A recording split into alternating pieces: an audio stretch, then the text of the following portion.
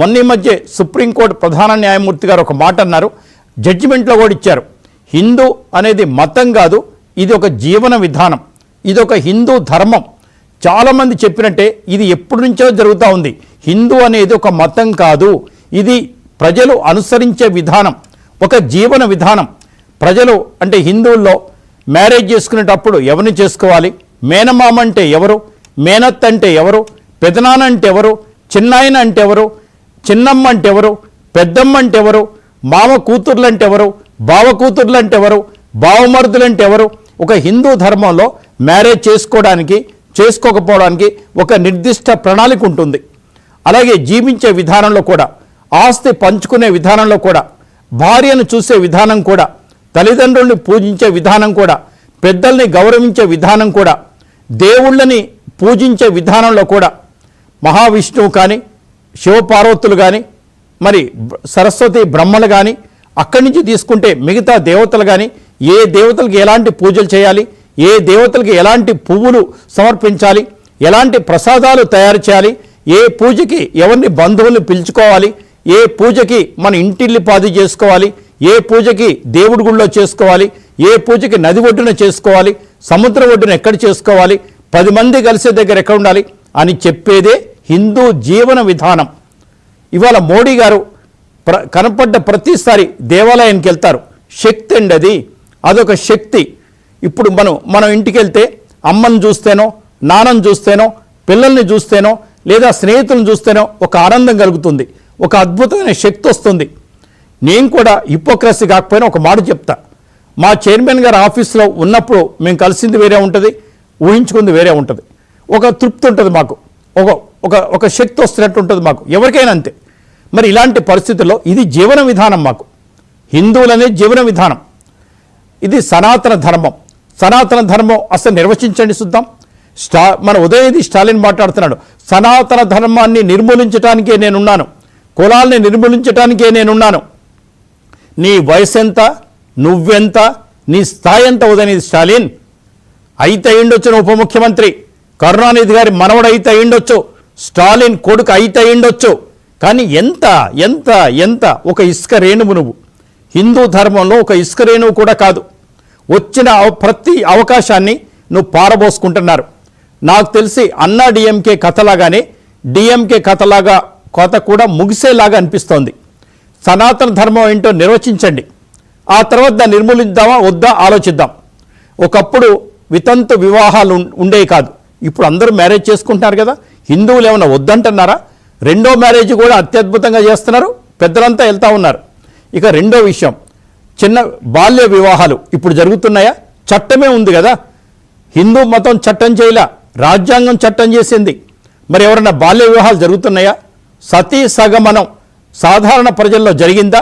ఎక్కడో తెలిసి తెలవక రూప్ కన్వర్ లాంటి వాళ్ళు చేసుకుంటే ఎమ్మటే కేసులు పెట్టారు కదా. మరి సనాతన ధర్మం అంటే ఏంటి? తల్లిదండ్రులను పూజించడం తప్ప, సోదరిమణులను గౌరవించడం తప్ప, వివేకానందుడిలాగా సోదరిమణులుగా మొత్తం భారతదేశాన్ని హిందువుల్ని అనుకోవడం తప్ప, నా భారతదేశం గొప్పది అనుకోవడం తప్ప, ఏ తప్పో చెప్పండి. వందే మాత్రం అనడం తప్ప, జనగణమన అనడం తప్ప, కులాల్ని నిర్మూలించండి అనడం తప్ప, భారతదేశాన్ని ఒకటిగా ఉంచండి అనడం తప్ప, ఏ ధర్మాన్ని వ్యతిరేకించారు పవన్ కళ్యాణ్ గారు? అన్ని ధర్మాలని ఆచరించమన్నారు, అందరినీ అన్ని మతాలని గౌరవించమన్నారు. కానీ మిగతా వాళ్ళు హిందూ ధర్మాన్ని గౌరవిస్తున్నారా? అసలు హిందువులుగా చూస్తున్నారా? కించపరచడం తప్ప ఏమైనా చేస్తున్నారా? నేను ఎన్నోసార్లు చెప్పాను, క్రిస్టియన్ సోదరులకి ఎన్నో దేశాలు ఉన్నాయి. ఏదైనా సమస్య వస్తే ఒక 100 దేశాలు వెళ్ళి బతకొచ్చు, వాళ్ళు ఈజీగా బతికేయచ్చు. ముస్లిం సోదరులు కూడా 50-60 దేశాలు ఉన్నాయి, ఈజీగా బతికేయచ్చు. హిందువులకు ఉన్నది ఒకే ఒక్క దేశం సార్, ఒకే ఒక్క దేశం. దీన్ని ఎలా కాపాడుకోవాలని ఆలోచించుకోవాలి తప్ప ఎలా నిర్మూలిద్దామా, తప్పులుంటే సరి చేసుకుంటాం. హిందూ మతం రీఫైనింగ్ అవుతూ ఉంటుంది. ఇప్పుడు దశరథుడు 3 భార్యలు ఉన్నారు, అలా అని చెప్పి అందరూ చేసుకుంటున్నారా? లేదు కదా, రీఫైన్ అయ్యాం. ఒక భార్య ఉండగా రెండో భార్య పెళ్లి చేసుకోవడం చట్టరీత్యా నేరం, జైలు వేసేస్తారు. అదిగో మా దశరథుడు చేసుకున్నాడు, మా పూర్వీకులంతా చేసుకున్నారు, మేము కూడా చేసుకోమంటే ఊరుకుంటారా? హిందూ మతం రీఫైన్ అవుతుంది. రిఫైన్ కాంది మీ మతాలే రిఫైన్ కావు. ఏ బుక్లో ఏముంటే అదే చేస్తారు. అలా లేదు కదా. భగవద్గీత తీసుకోండి, రామాయణం తీసుకోండి, మహాభారతం తీసుకోండి. ఇతరులను ఎలా గౌరవించాలి? అన్యాయం చేస్తే, తప్పు చేస్తే, దుర్మార్గులైతే మరి తమ్ముళ్ళు అన్నలు కూడా ఎదిరించిన క్షణాలు ఉన్నాయి. మరి రావణుడు కూడా చూశాం కదా, సీతమ్మ వారిని తీసుకెళ్ళిపోతే ఎలా అయిందో. కాబట్టి సనాతన ధర్మం మీరు ఆచరించకపోయినా పర్లేదు. మీరెవరు నిర్మూలించడానికి 800 సంవత్సరాలు పరిపాలించిన ముస్లిం రాజులకే వీలు కాలేదు. అన్ని దేవాలయాలు పడగొట్టిన, వాటిపైన మసీదులు కట్టిన, సంస్కృతి సంప్రదాయాలు నాశనం చేయాలని చూసిన వారికే వీలు కాలేదండి. ఇక మరి క్రిస్టియన్స్ వచ్చారు కదా, వాళ్ళకి వీలు కాలేదు. పరిపాలకులుగా చేశారు, మంచి పనులు చేశారు. అవి మేము ఎప్పుడు కూడా అభినందిస్తాం. ఇవాళ సర్ ఆర్థర్ కాటన్ గోదావరి ప్రజలకు దేవుడు. సర్ ఆర్థర్ కాటన్ మరి ఆయన బొమ్మ ఉంటుంది అక్కడ, ఆయన విగ్రహం పెట్టుకుంటారు, పూజలు చేస్తారు ఆయన బర్త్డేకి. అసలు ఆయన పుట్టిన ఇంగ్లాండ్లో బర్త్డే చేసుకుంటారు లేదు నాకు తెలియదు, కానీ గోదావరి ప్రజలు బర్త్డే చేసుకుంటారు, గౌరవిస్తారండి. హిందువులు ఎవరు ఏం మంచి చేసినా, ఎవరు మనని కాపాడినా గౌరవిస్తారు sir. That is our tradition. Udhayanidhi Stalin లాంటి వాళ్ళు చాలామంది తయారవుతున్నారు, చాలామంది. ఇంకోటి నిన్న జస్టిస్ సూర్యకాంత్ గారు చెప్పారు, చీఫ్ జస్టిస్ ఆఫ్ ఇండియా, ప్రతి సెక్టర్లో కూడా కొంతమంది జ్వరపడుతున్నారు. అడ్వకేట్స్ ముసుగులో కొంతమంది, డాక్టర్స్ ముసుగులో కొంతమంది, ఏదో మేము సంఘాన్ని ఉద్ధరిస్తామని చెప్పి కొంతమంది, ఆర్గనైజేషన్లో కొంతమంది. కాబట్టి ప్రతి సెక్టర్లో యాంటీ హిందూయిజం, యాంటీ హిందూ ధర్మం జ్వరబడ్డారు 100%. వారికి ఏమీ లేదు, పొద్దున్న లేస్తే మాటకారి. ఇప్పుడు కొంతమంది ఉంటారు, తీవ్రవాదుల్లాగా ఉంటారు, వాళ్ళు మాటకారి, బాగా మాట్లాడతారు, ఇన్ఫ్లుయెన్స్ చేస్తారు, పాటలు పాడతారు, మాట్లాడతారు, హిందూ ధర్మాన్ని గురించి విమర్శిస్తారు, పొగుడుతున్నట్టుగా నటిస్తారు. కానీ వాళ్ళే డేంజరస్. ఒక 10-15 మంది ఇక్కడ ఉన్నారు. వారికి ధీటుగా వీళ్ళు కూడా రైట్ వింగ్ కూడా ఎదుగుతున్నారు. కానీ జాగ్రత్తగా ఉండండి. ఏది ధర్మం, ఏది అధర్మం చెప్పేదే హిందూ ధర్మం. అంతే. ఏది ధర్మం, ఏది అధర్మం, ఏది చెడు, ఏది మంచి, ఇదే హిందూ ధర్మం అంటే. పెద్దగా మిగతా మతాలని కించపరిచేది లేదు. హిందూ మతంలో మిగతా వాళ్ళంతా రండి అని చెప్పేసి డబ్బులు ఇచ్చేది లేదు, మత మార్పిళ్ళు చేసేది లేదు. హిందూ మతం ఎప్పుడన్నా మత మార్పిళ్ళు పాల్పడ్డదా చెప్పండి. ఇవాళ హిందూ దేశంలో కోట్ల కొద్ది డబ్బులు ఉన్నాయి కదా, కావాలంటే ఎక్కడైనా వేస్తారు కదా. ఆ డబ్బులు తీసుకెళ్ళి ఎవరినన్నా సరే మత మార్పిడి చేశారా? ఒక్కసారి ఆలోచించండి. మత మార్పిడి చేశారా? అసలు ఎన్నడూ మతాల గురించి, కులాల గురించి ప్రస్తావించని ఆంధ్రప్రదేశ్ ముఖ్యమంత్రి నారా చంద్రబాబు నాయుడు గారు ధర్మం గురించి మాట్లాడతారంటే కొంచెం ఆశ్చర్యం వేసినా, మరి వారు కూడా ఆ స్థితికి తెచ్చిన ఘనత జగన్మోహన్ రెడ్డి గారిది. అంతే, 100%. పసర్లపాటి బంగారయ్య శర్మ గారు కూడా ఉన్నారు.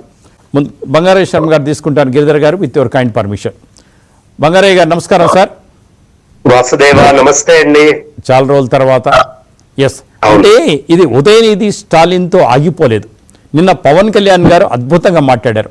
అయితే నేను మీ ఇద్దరు ప్రముఖుల ముందు, సల్మాన్ ఖాన్ గారు ఈ మధ్య ఒక దగ్గర ఒక దీపాన్ని వెలిగించమంటే, దీపం వెలిగించటం అనేది, జ్యోతి అనేది, మనం సూర్యుని ఒక జ్యోతిగా చూస్తాం, చంద్రుని ఒక జ్యోతిగా చూస్తాం.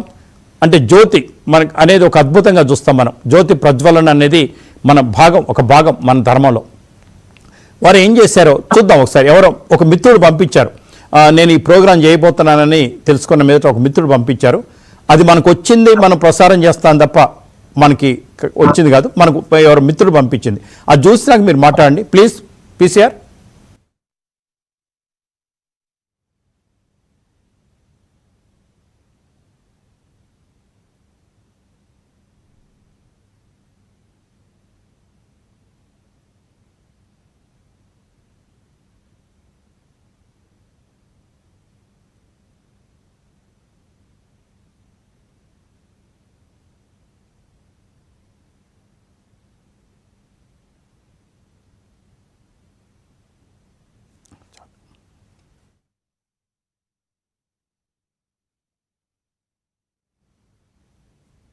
మన భారతదేశంలో అగ్రగణ్య నటుడు, మనందరం గౌరవించే సినిమా నటులు. వారి నాన్నగారి సినిమాలన్నీ కూడా రచయితగా ఎన్నో చూసాం. షోలే కానీ, దీవార్ కానీ, జంజీర్ కానీ సినిమాలు. ఒక్క జ్యోతి ప్రజ్వలన చెయ్యమంటే సల్మాన్ ఖాన్ ఎలా రిజెక్ట్ చేశారో చూడండి. ఒక గొప్ప సభకి ముఖ్య అతిథిగా పిలిస్తే చేశారా? ఒక్కసారి ఆలోచించండి. అదే హిందువులైతే ప్రతి రంజాన్కి టోపీలు పెట్టుకుంటారు, ఇంకో షద్దర్లు కప్పుతారు, అనేక చోట్ల పీర్ రెడ్డి అని పెట్టుకుంటారు, మస్తాన్ రెడ్డి అని పెట్టుకుంటారు, మస్తానమ్మని పెట్టుకుంటారు, తప్పేం లేదు.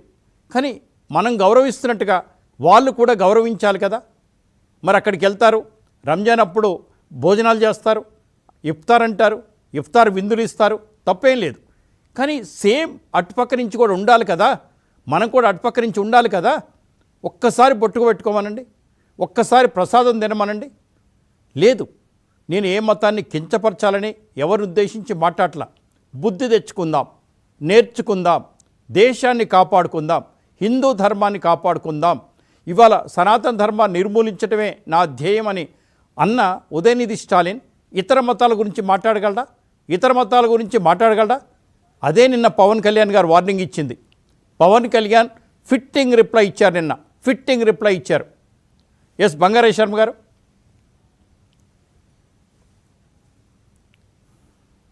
వాసుదేవ నమస్కారం. ఇది వాళ్ళకు ఒక ఫ్యాషన్ అయిపోయిందండి. సనాతన అనేటటువంటి పదము వాళ్ళు ఎక్కువ తమిళియన్స్ వాడరు. సనాతన ధర్మం అంటే అదేదో వేరే ధర్మము అనుకుంటారు. వాళ్ళకి అరవ పదార్థ సంస్కృత మూలము తక్కువ ఉంటుంది వాళ్ళ భాషలో. అందుకని చాలా ఇంటెలిజెంట్ గా సనాతన అనేటటువంటి శబ్దాన్ని తీసుకొని అరవ ప్రజలు తిరగబడరు అని అనుకున్నాడు. కానీ అది ప్రచారమయ్యి మొన్ననే పదవి పోయి అత్యంత దుర్మార్గంగా ఓడిపోయిన తర్వాత కూడా ఇంకా బుద్ధి రాలేదు ఈ ఉదయనిధి స్టాలిన్ కి అని చెప్పాలి. కనీసం కొద్ది బుద్ధి ఉన్నా నేను ఇది మాట్లాడటం వల్లే ఓడిపోయాను అని తెలిసి ఉండేది. ఆ పని చేయలేదు. అది తెలుసుకోకపోగా ఇక జీవితంలో మేమెప్పుడూ పదవిలోకి రాకూడదు అన్న ఉద్దేశంతో మాట్లాడినట్టుగా అనిపించింది. ఒకటి, అసలు సనాతన ధర్మాన్ని అతను 3 రకాల వ్యాధులతో పోల్చినప్పుడే దాన్ని హైకోర్టు ఒక హేట్ స్పీచ్ కింద చెప్తూనే అక్కడ 19 క్లాస్ 2 అతిక్రమించి ఇతను వ్యవహరించాడు, ఇతని మీద 295 అలా రకరకాలైనటువంటి సెక్షన్స్ లో కేసు ఇచ్చేయచ్చు అంటే స్థితి చూడండి. హైకోర్టు చెప్పిన తర్వాత కూడా బుద్ధి రాలేదు. పైపెచ్చు అసలు నా దృష్టిలో వీళ్ళకంటే దుర్మార్గులు ఇంకొకళ్ళు లేరండి. 1967లో మొట్టమొదటిసారి డిఎంకే పవర్ లో వచ్చింది. అన్నాదురై గారు 2 ఏళ్ళు ఉన్నారు. ఆ తర్వాత వారం రోజులు ఇంకొక చీఫ్ మినిస్టర్ ఉన్నారు. ఆ తర్వాత నుంచి 5 టర్ములు డిఎంకే వచ్చిందండి. సమానత్వం గురించి మాట్లాడేటటువంటి ఈ ఉదయనిధి స్టాలిన్, ఈ ఎంకే స్టాలిన్ ఏ ఒక్కళ్ళైనా వాళ్ళ కుటుంబేతరులని చీఫ్ మినిస్టర్ కానిచ్చారా? ఇంకా సమానత్వం గురించి కానీ ఈ అధికారం కానీ ప్రాబల్యం కానీ డిఎంకే పార్టీలో వీళ్ళకంటే తెలివిగల వాళ్ళు లేరా?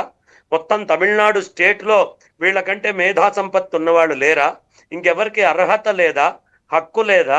ఏ విధంగా ఇన్ని టర్మ్స్ వాళ్ళు చేశారు? ముందు డిఎంకేని నిర్మూలించాలి.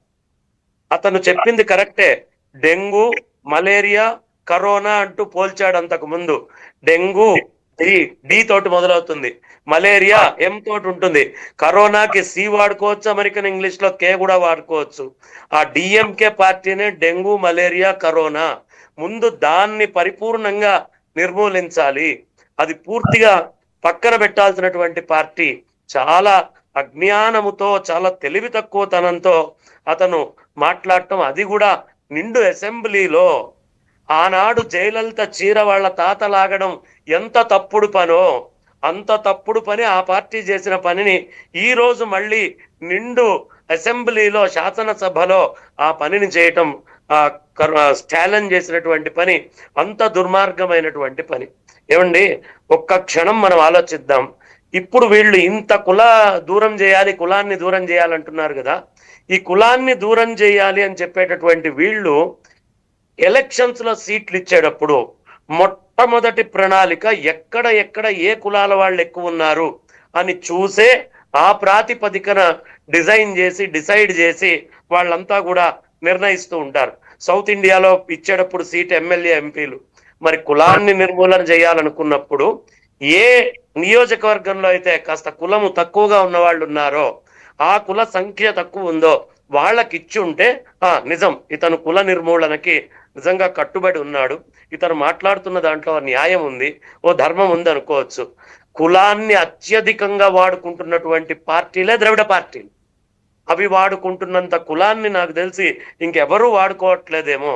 అలాంటి కులాలని వాడుకుంటూ నిద్ర లేస్తే వాళ్ళమ్మ గుళ్ళ చుట్టూ తిరుగుతూ ఉంటుంది.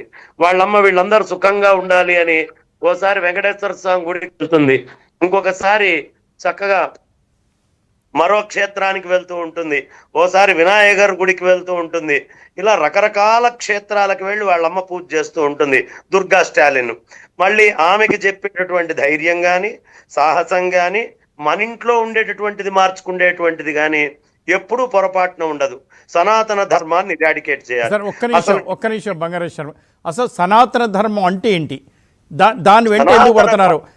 చాలా మంది సనాతన ధర్మం అంటే ఏదో ఎవరికో వ్యతిరేకమని, అదేదో దుష్ట మాట అని చెప్పి అసలు సనాతన ధర్మాన్ని ఒక్క నిర్వచనంలో చెప్పండి. ఇప్పుడు సూర్యుడు తూర్పున ఉదయిస్తాడు, ఇది ధర్మం అండి. సూర్యుడు పశ్చిమాన అస్తమిస్తాడు, ఇది ధర్మం, ఇది శాశ్వతం, మళ్ళీ ఎవరు మార్చలేరు దాన్ని. అలాగే ఏది శాశ్వతమో, ఏది సావు లేనటువంటిదో, ఏది విశ్వ నియమాలన్నిటినీ పాటిస్తూ విశ్వ నియమాలన్నిటినీ దగ్గర తీసుకొని ఇదిగో జీవించడానికి ఇది ధర్మము అని చెబుతుందో, ఏది పరిపూర్ణమైనటువంటి ప్రకృతిని అనేకమైనటువంటి it's a very big library. ప్రపంచంలో ఉన్న లైబ్రరీలు అన్నీ ఓ దగ్గరికి తీసుకొచ్చి పెట్టినా ఇవాళ సనాతన ధర్మం అంత లైబ్రరీలో 1% ఉండదండి. చర్చకు తిరిగి స్వాగతం. బంగారయ్య శర్మ గారు, ముఖ్యంగా నాకు తెలిసి వర్ణ వ్యవస్థను క్రియేట్ చేసింది 4 సార్. క్షత్రియులు బ్రాహ్మణులు, క్షత్రియులు, వైశ్యులు, శూద్రులు. అంటే రాజులు పరిపాలిస్తారు, ధైర్యవంతులు పరిపాలిస్తారు, పరిపాలన లక్షణాలు ఉండాలి. బ్రాహ్మణులు హితబోధ చేస్తారు, పురులకి అంటే పురోహితులు అంటే ఆ పురానికి ఏది మంచి ఏది చెడు, ఏ పంట వేయాలి ఏ పంట వేయకూడదు, ఎప్పుడు వర్షాలు పడే అవకాశం ఉంది, ఎప్పుడు సీజన్ స్టార్ట్ అవుతుంది, ఏ పని చేస్తే మంచిది ఏ పని చేయకుండా మంచి చెడు ధర్మం అధర్మం విడమర్చి చెప్పేవాళ్ళు పురోహితులు. నాకు తెలిసి వర్తకం ఈ ప్లేస్లో పండిన పంటను వేరే ప్లేస్ తీసుకెళ్ళి అక్కడ పండిన పంటను ఇక్కడికి తీసుకొచ్చి వారు కొంత లాభాపేక్షతో చేసినా కానీ సమాజం మొత్తంలో అన్ని వస్తువులు అందరి దగ్గరికి చేర్చే విధంగా ఉండేది వైశ్య వృత్తి. వైశ్యులు, తర్వాత శూద్రులు, వీళ్ళన్నిటికీ ఉంటారు, అన్ని రకాలుగా పనిచేస్తారు. సైనికులుగా ఉంటారు, పోలీసుల్లో ఉంటారు, తర్వాత మనకి పొలంలో పనిచేసే వాళ్ళు ఉంటారు, వస్త్రాలు తయారు చేసేవాళ్ళు ఉంటారు, పాత్రలు తయారు చేసేవాళ్ళు ఉంటారు. వారి స్కిల్ని బట్టి వారి ఇంట్రెస్ట్ని బట్టి వాళ్ళు చేస్తారు. ఇంతవరకు నాకు తెలుసు. పంచముడు అనే పదం ఎక్కడా లేదు, ఇది ఇతర మతస్థులు సృష్టించిన పదం. మన దగ్గరున్న దళితుల్ని వారి దగ్గర చేర్చుకోవడానికి వారు చెప్పే ఒకానొక బలహీనమైన మాట పంచముడని. నేను ఎందుకంటే విరాట్ బ్రహ్మేంద్ర స్వామి దగ్గర చూశాను. ఆయన ఎన్టీ రామారావు గారు చెప్పారు, పంచముడని కించపరచరని బాధపడకురా కక్క అని చెప్పి అద్భుతంగా చేశాడు. దాంట్లో సూర్యుడు అందరికి వచ్చే సూర్యుడు మీ ఇంట్లో రానంటున్నాడా? అందరి ఇంట్లో మండే అగ్ని మీ ఇంట్లో మండనంట ఉందా? అందరూ తాగే అంటే